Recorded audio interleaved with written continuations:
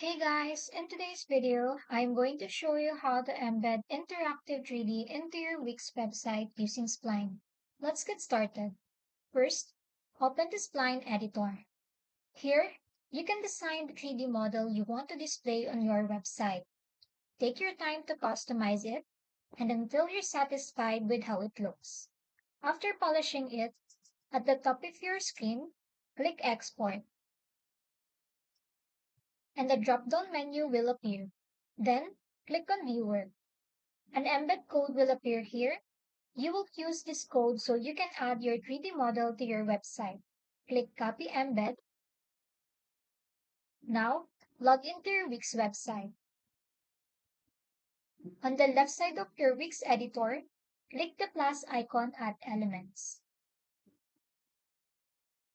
This section gives you all the tools you need to customize your website.